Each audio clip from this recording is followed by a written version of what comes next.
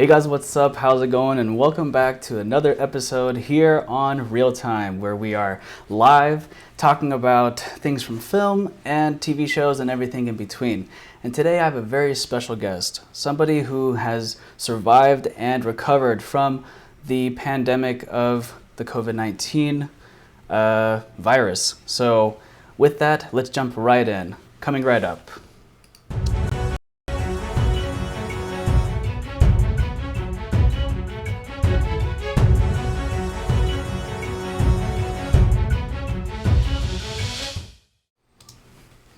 Hey there everybody, welcome back to the show. Mustafa Talib here with Cinema King Productions on Real Time, where we are live talking about film and TV shows and everything in between. As you know, the coronavirus is still in effect. We're all still hopefully practicing social distancing if we have to go out for essential things and things of that sort. Make sure we are washing our hands and making sure we are safe. Unfortunately, according to statistics that I have pulled up just about 20 minutes ago, worldwide, unfortunately, those who have been affected by the virus, the numbers have reached about 100,000 who have passed away. But on the good side of things, and the good news of all that, there have been over almost 400,000 individuals worldwide who have survived and recovered from COVID-19, alhamdulillah. And with me is a very special guest who has recovered, and I found out through Facebook, of all places, that he actually caught it. And then soon after he was released from the hospital, I reached out to him, and alhamdulillah, he's agreed to be on the show. Today we have my good friend, Vincent Salman Simon. Assalamu alaikum, my brother. Oh, wa alaikum salam, brother. How you doing? Alhamdulillah, how are you feeling? Getting better every day. Still tiring out a little bit. Still got some bruises from IVs and stuff, but just getting better day by day. Alhamdulillah, alhamdulillah. That is wonderful to hear. I'm so glad that you've recovered from this. As much as we've been hearing about it, like it's been, causing a lot of ruckus and a lot of trouble, and people, they start coughing, they start it's really disturbing how fast this thing has spread. I mean, what are your thoughts on that? Well, if you know anything about virology, and believe it or not, I used to be a pre-med student way back in the day, and I worked in a hospital pharmacy. Yeah. That these things can spread very fast, especially when they go from person to person, Right. because it's on a system where if one has it, then it's two, four, then it grows The exponentially. right. I just watched a video recently from another YouTube channel where they mainly do VFX and other film content called Quarter Crew, and I just watched their video that they released just yesterday about how do you comprehend what exponential growth actually means? And they did it through VFX, and it is kind of terrifying, when it does spread exponentially. It is a great video to check out. So I want everybody to understand a little bit about yourself. So if you can go ahead and introduce yourself, what's your history been like up to this point? Oh wow, Texas boy, born and raised in Texas. Grew Yeah. up here through high school. Got into college, decided to join the Marine Corps. Mm-hmm. Went and served in the Marine Corps for 20 years. Traveled all over the world: Japan, fought in Iraq, Afghanistan, some time in Bosnia. I came back after I retired from the Marine Corps to Texas and worked as an engineer at Lockheed Martin. Mm-hmm. Um, Somewhere in there, I after my time in overseas, I was really interested in Islam, and I started looking into things and discovered this guy named Noman Ali Khan online, and started Right. listening to his lectures and started doing some studying. And it'll be 7 years ago on the 16th that I took my shahada. Hold on one second. No problem. That is incredible. Subhanallah, like I didn't know it's been that long, and of all places, Nauman Ali Khan. How did that happen? That interaction? I'd seen him on YouTube of all places, and not Yeah. knowing a lot about the Muslim community, I just thought he was a guy. I had no idea that he was this world famous teacher slash scholar, Yeah. and so I found through YouTube that that he was located in Irving, and over several mistries, I tried to get in contact with him, and so one day I Mm-hmm. decided just to go up to the Vienna campus and meet him, and that's how it started. And we had a couple of talks, and then at that point I decided I want to become a Muslim, and then I once again not knowing how world renowned he was, I took my shahada with him, Mm-hmm. and then I learned as I took my new Muslim classes at Irving Masjid, Yeah. and people were like, "Oh, who took your shahada from?" And I was like, "No one Khan." Everybody's like, "Really?" What? And to this day, but he never came across as that famous person. He was just a guy to me, and but Yeah. that's how I started my journey. That's awesome. And so a lot of people might be wondering, like, why on my channel where I talk about film and, behind the scenes of production and things like that, why would I have somebody like you come on talking about, COVID-19? It is because, for all those who are watching, it's because you are a professional photographer. Yes. So let's get into that a little bit. What Okay. drew you to photography in the first place? Wow. My older brother was a photographer, and this is Mm-hmm. going to tell you how old I am. And back in the old days, the Museum of Science and History in Fort Worth had classes for kids. They called it Kids Summer School. And my Mm-hmm. brother had a old Sony T102 camera. This is back in the film days. We had to develop stuff. Okay, we're talking Right. 1976, Yeah. and so I decided to pick up the camera and try to learn about it. Okay. Um, and so that started me by taking that class and doing things. So that class kicked off my love of photography.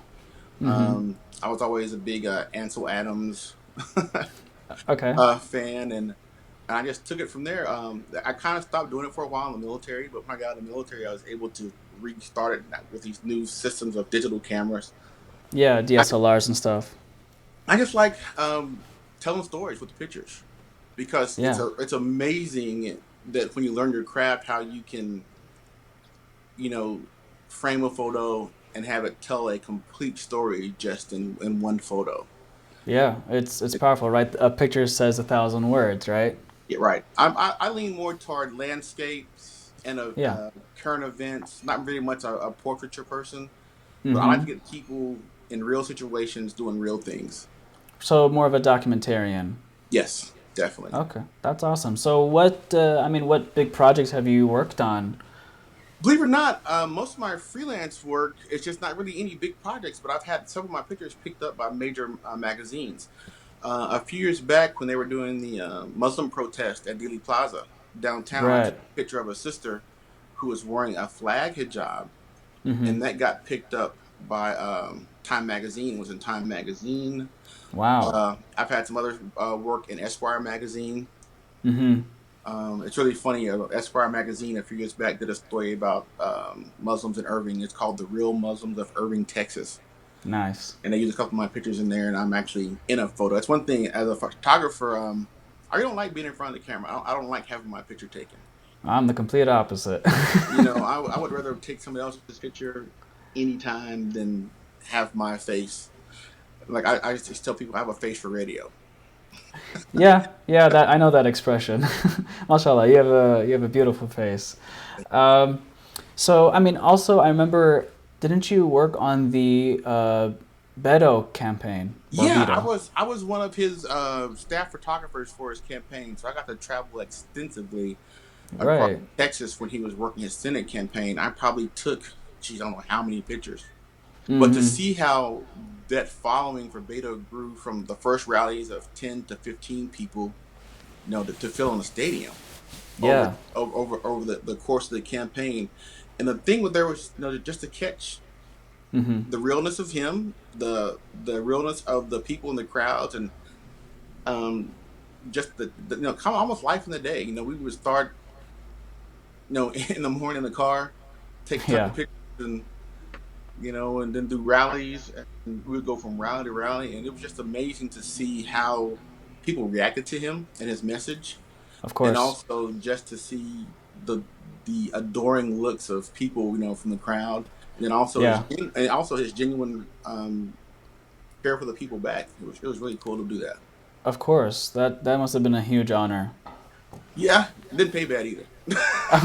Of course, of course. You got to be a professional, and you get paid what you're worth.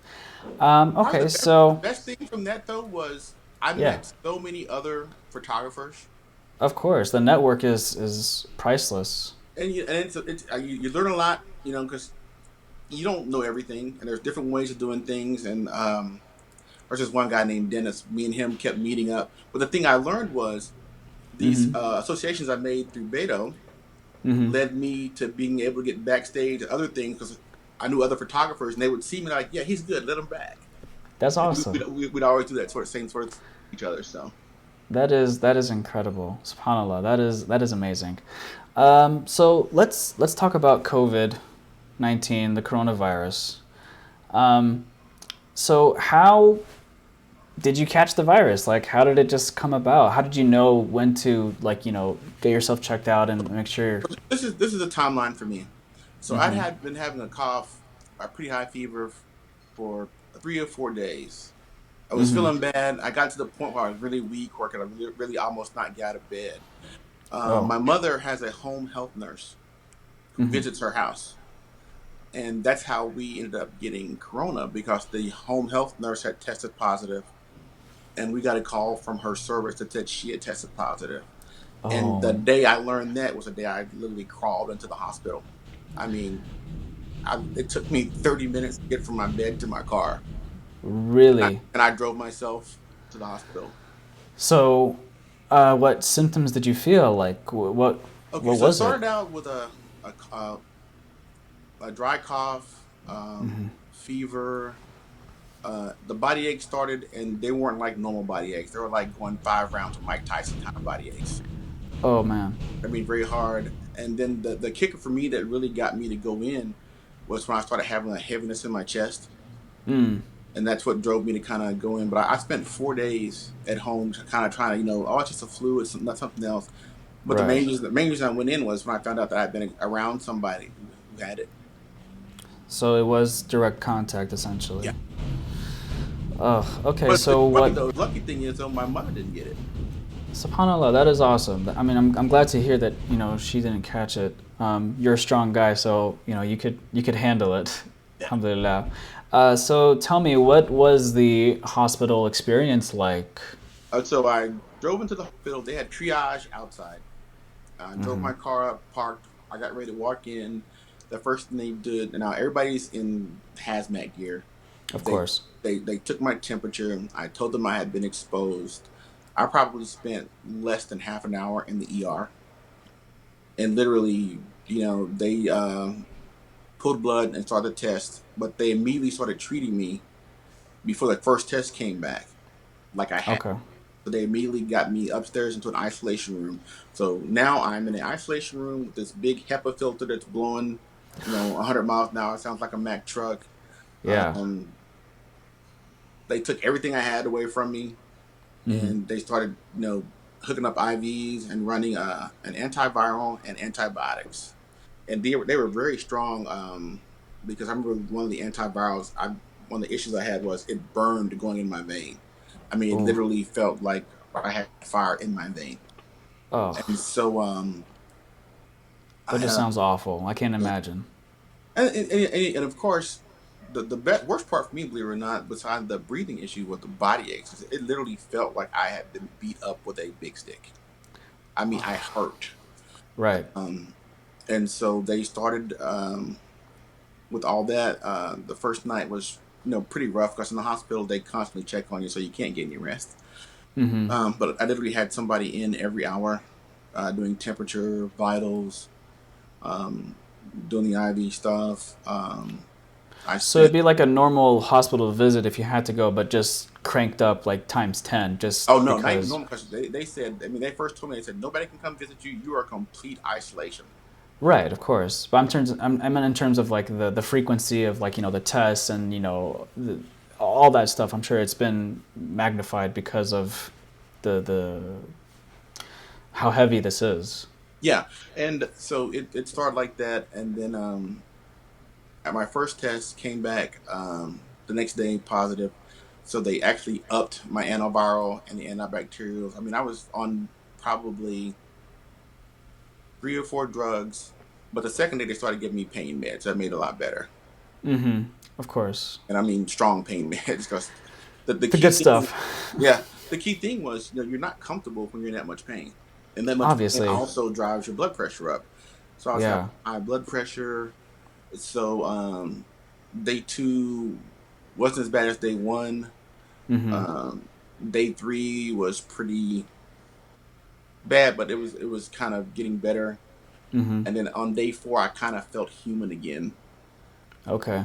And so, SubhanAllah. and they were. I can't imagine. So let me tell you about the test itself. Yeah. So they do 2 tests. They do a blood test and a swab test. The Mm-hmm. blood test is not a big deal. They just draw blood, right? Yeah. The swab test, they have an 18-inch long cotton swab. Good Lord. They stick it into your nose, all the way through your nasal passage into the back of your throat, Oh and man. then they scrub. They go all the way in and then they go hoo, hoo, hoo, hoo. Oh yeah, they go like really like scrub, Oh and my then they do it twice. Oh man. Oh, I can't even. That is too much. Like just to oh god, that's just cringy. Yeah, Okay. and they do What that. happens after? And the thing is, I probably was tested, yeah, at least 6 times, and then the last day before they let me out, they did my the blood serology test and my nasal swab both came back negative, and they said, Hmm. "Hey, you can go home tomorrow. You're negative." But when they say go home, they still had me quarantined at home for another 7 days. Right, of course. Like no visitors, nothing. Right. And they sent me home with some pretty heavy antibiotics too on top of that because one of the side effects is a lot of people that get the coronavirus, it leads to pneumonia. Mm. And so, Okay. so they gave me antibiotics for that. And the other thing is you get the people with the heaviness of the chest. And one of the things they keep telling you is, oh, the other thing is, I think I set up the whole time. They never had me on my back. They told me people that get in their back have a lot of breathing problems. They have fluid in their lungs. So I Mm-hmm. pretty much set up at a 90-degree angle the whole time I was there. God. I Oh, can't also, even. I had breathing treatments, and they give you this thing called a respirometer. It's Mm-hmm. like a little ping pong ball that you blow in, but Right, to see if it hits a certain level. right. And they had me using that at least once an hour to see because they wanted to make sure that before you got into a You're respiratory breathing properly. deficit, right? Yeah, okay. Okay. Alhamdulillah. So, and then the last day, doctor came in. It was funny because every time they came in the room, they had to put on a complete hazmat suit, Yeah. and take it off. So my doctor would do what I call drive-by. She would just kind of open the door slightly and yell at me, and she said, "You're negative. You can go home." Okay. And just as soon as it was in the morning, I got discharged that afternoon. Now Okay. I wasn't completely cured. I mean, I had no virus activity, but still, you have that residual. Like I said, the antibiotics for pneumonia, and then Yeah. just tired. I mean, it's a fight. I mean, you feel really, really, really tired. Of course, your body is trying to fight it off, and it just literally sucks the life out of Oh, you. and I forgot the main thing. The main thing I knew they told me as an indicator is you also lose your sense of smell and your sense of taste. Oh, wow. And so that's not good because literally every meal they brought me, it's like you got to gut it down because it didn't taste right. It had no. Oh, It was just weird. And so they want you to eat to stay healthy. Then you can't yeah. eat because everything tastes bad. Yeah. It was definitely not a fun time. Okay, so I guess to tie this all together, how will this experience of yours, like how will it change your art in photography like moving forward? You know, I've seen and heard of so many people passing away. I feel like I'm blessed. So Yeah, it kind of makes you make sure you don't take any days on this planet for granted of because course. any one of those days could have been my last day here. Yeah. And so I would, I was actually thinking about this. I would like to be able to do. When I feel better, go out. I want to do like an anthology of like empty places that are normally full. Mm-hmm. Like Sundance Square empty because of this. That kind of things. I've been watching the images that come from Times Square, and Yeah. I used to live in New York, and to see Times Square completely deserted, it's like a movie. It's like one of the the bad viral contagion movies you see where there's Or plastic I Am bags, Legend there's or no something. Yeah. people. Yeah, and I would like to just kind of do pictures of this is life with a virus. All these empty spaces. Yeah. One thing I still don't understand, and this is really interesting. So my day after my hospital, I had to go to the VA to check in, Mm-hmm. and there was an older gentleman there. I'm not sure political affiliation, whatever, Mm-hmm. but no, to get into the VA, they were checking temps and everything else. Yeah. And he didn't want to do all that stuff because he thought this was a fake, that this was a hoax perpetrated by the other side. Right. It's amazing to see how many people that even when I still go out aren't wearing masks, that Yeah. are just out. If I'm out, I got a mask on, I got gloves on. Right. You I know, mean, I'll be honest, I haven't been putting on a mask. Like, again, if I go out for the essentials, like grocery shopping or things of that sort, like if I'm going to the gas station, I do put on gloves because I know that's like what we were told was like the fastest way it's been spreading, at least in the cities, is because of the gas stations. Like it just lingers around there, right? Hand to hand, picking up the pump and stuff like that, fueling your car. But like if I'm in that neighborhood going out for like a walk, if it's a nice day outside, regardless of today because it's been thunderstorming. right? But like if it's a nice day outside and want to get some fresh air, I've been going around in the neighborhood and I see people like couples and individuals walking their dogs and stuff. They're not wearing their masks and gloves, but I think, again, this is just my opinion. I think in those scenarios it's safe because we are still keeping our distance. Like we're on Right. opposite sides of the road, things like that. I mean, do you think that's still okay, or should we? Well, yeah, because if you're just with your family, living in the household, you can't really distance yourself. Right. With your loved ones, your wife, your kid, or whatever. And if you're Yeah. out not close to anybody, I'm sure that's fine. But I think Hmm. if you're going to be anywhere within contact of anybody else, you should do. If it's not for yourself, do it for them.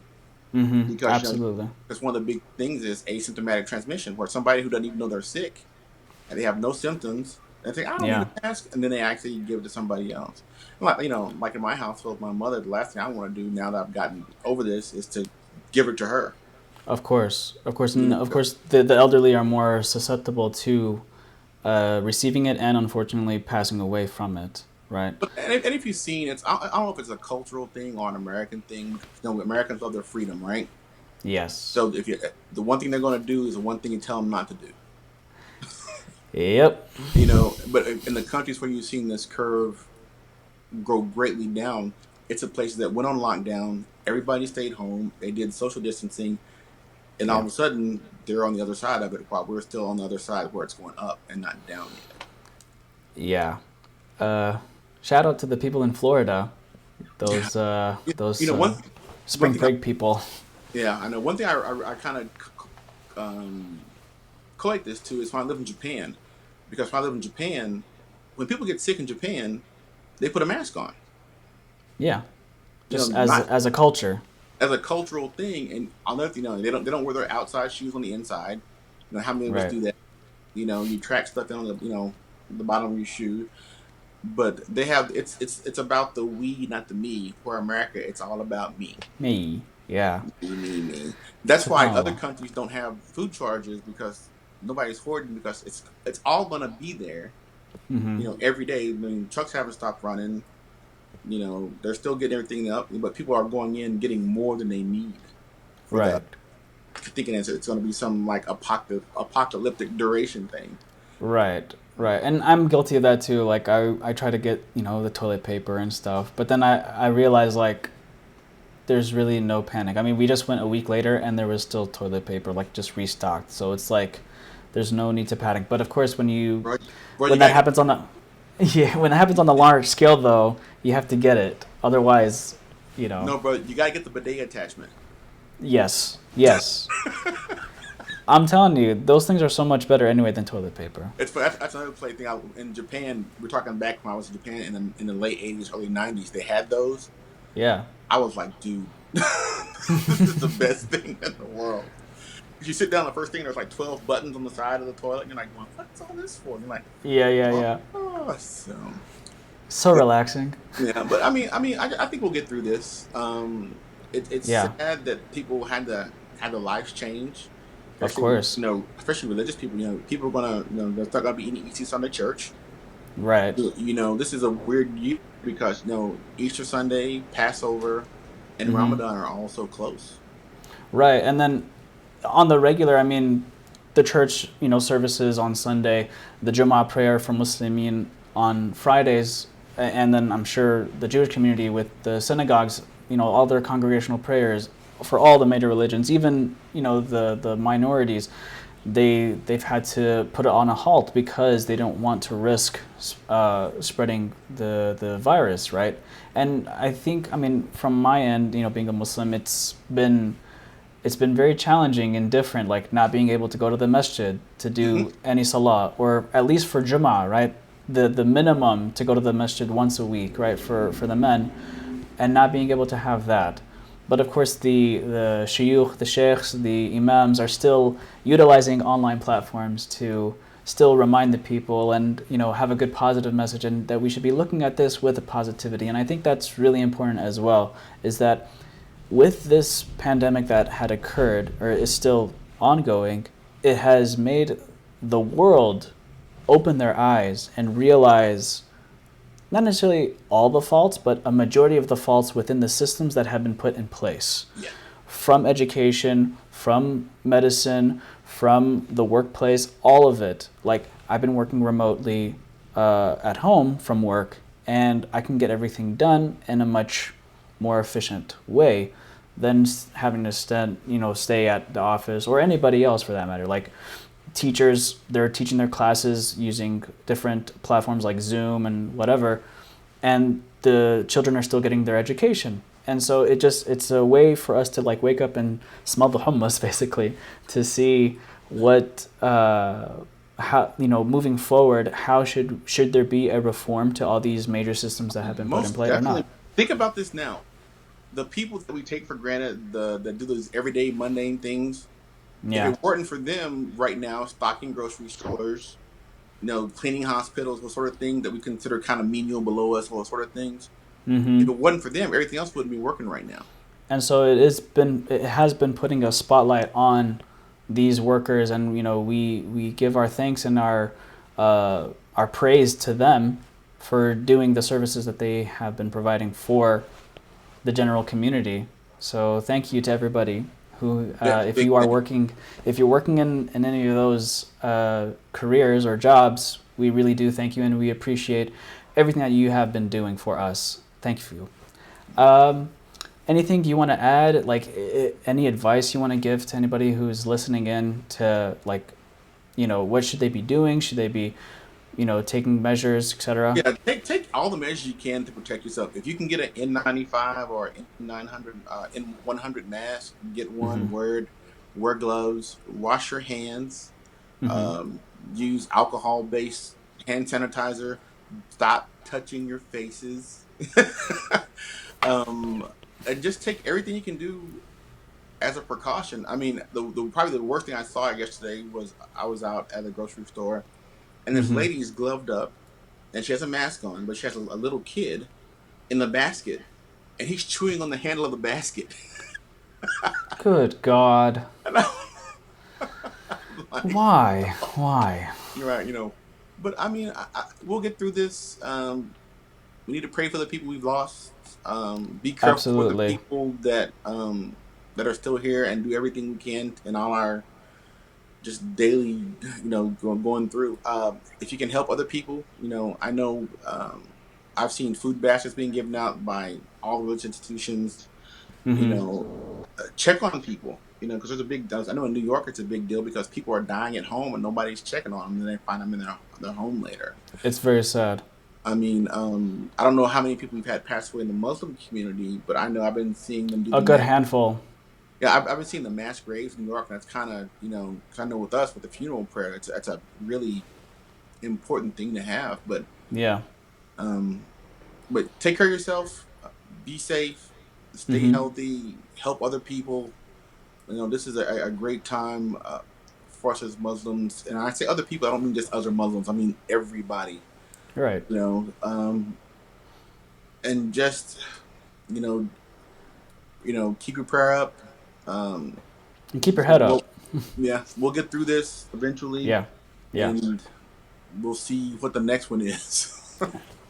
Inshallah. I mean, if we can get through this, I think we can hopefully get through the next challenge that comes our way.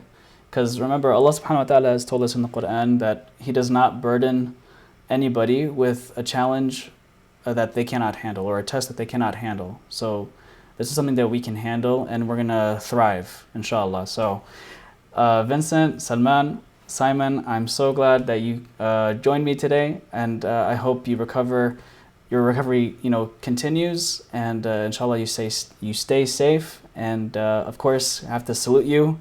Thank you for your service. Thank you. Appreciate it. Oh, somebody needs to make me biryani and bring it over. Yeah. Let's people I need make sure he gets his. Naan. That's what I need. I'll be just fine. Absolutely, bro. Thank you for joining me, and I will catch you later on, inshallah. All right, brother. All right. Thanks for having me. Thank you. All right, guys. That is it for this video, this live stream. I hope y'all enjoyed it. If y'all did, give it a thumbs up, and don't forget to subscribe. Make sure you have that post notification down below so you know when the next airing of Real Time happens. Let me know if this time works. If not, let me know in the comments down below if we can make some adjustments to the live stream. Until then, I will see you guys in the next one. Assalamu alaikum. Peace out.